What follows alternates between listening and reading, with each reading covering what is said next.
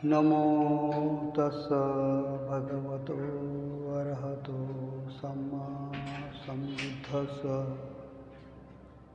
तथागत सम्यक संबुद्ध को, अरहंत को मेरा कोटि कोटि नमन। जिस गुरुदेव ने हमें आनापान का अभ्यास सिखाया, विपस्सना सिखाई, उस गुरुदेव को मेरा कोटि कोटि नमन। प्रिय दोस्तों, बोधि वृक्ष आज का विषय है। बोधि वृक्ष, जिस पेड़ के नीचे तथागत भगवान बुद्ध को हुआ था ज्ञान प्राप्त, अनोखा है उसका इतिहास। तो जानिए इस बोधि वृक्ष का इतिहास। बोधि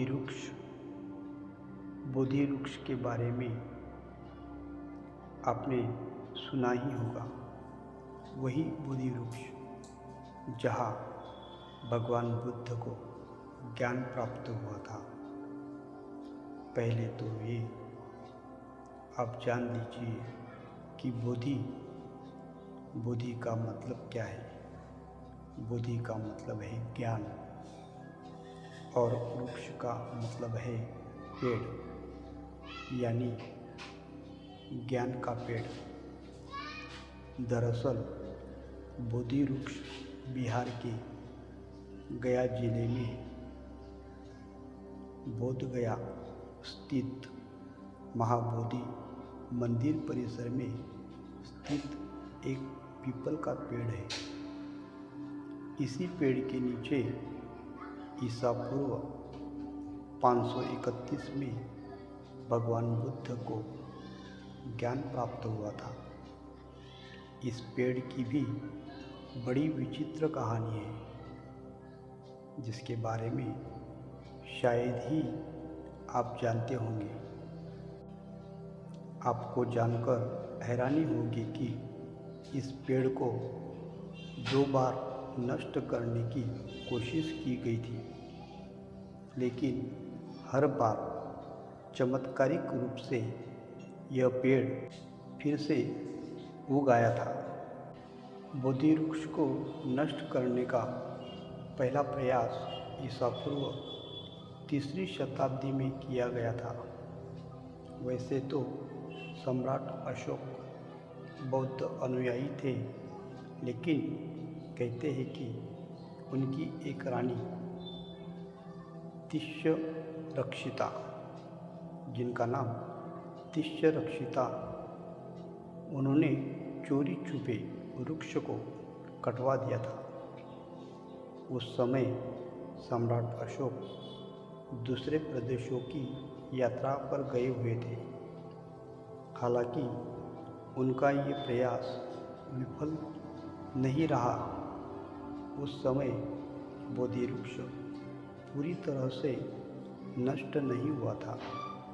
कुछ ही सालों के बाद बोधि वृक्ष की जड़ से एक नया पेड़ उग आया था। उस पेड़ को बोधि वृक्ष की दूसरी पीढ़ी का वृक्ष माना जाता है, जो करीब करीब 800 साल तक रहा था। दूसरी बार बोधि वृक्ष को नष्ट करने का प्रयास 7वीं शताब्दी में बंगाल के राजा शशांक ने किया था। कहा जाता है कि वह बौद्ध धर्म का कट्टर दुश्मन था। उसने बोधि वृक्ष को पूरी तरह से नष्ट करने के लिए उसे जड़ से ही उखाड़ने का सोचा था, लेकिन जब वो इसमें असफल रहा तो उसने वृक्ष को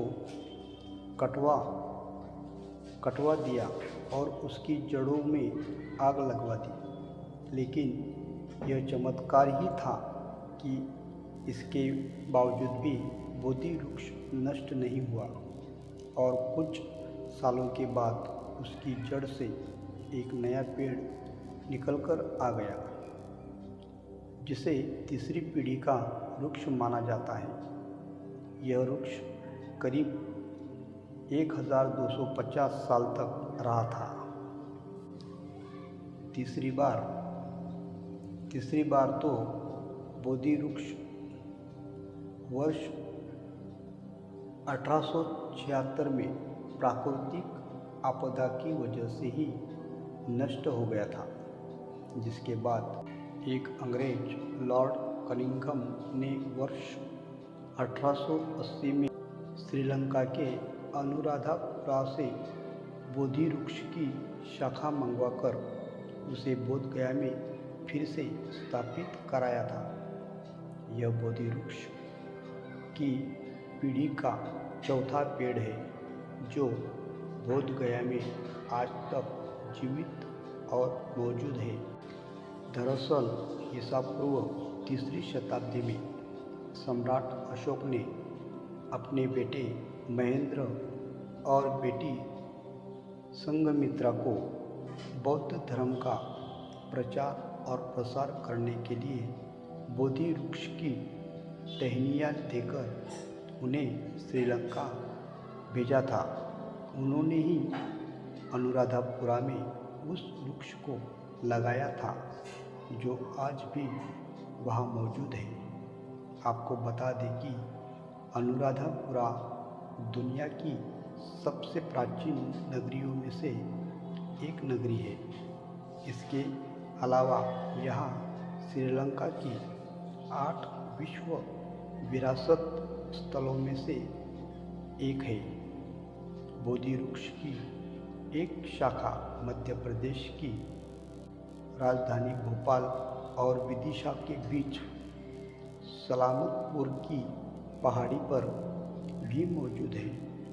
दरअसल साल 2012 में जब श्रीलंका के तत्कालीन राष्ट्रपति महिंदा राजपक्ष ने भारत का दौरा किया था, उसी दौरान उन्होंने यह पेड़ लगाया था। आपको जानकर हैरानी होगी कि इस पेड़ की सुरक्षा में 24 घंटे पुलिस तैनात रहती है।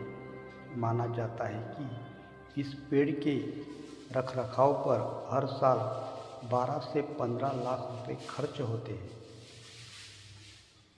धन्यवाद।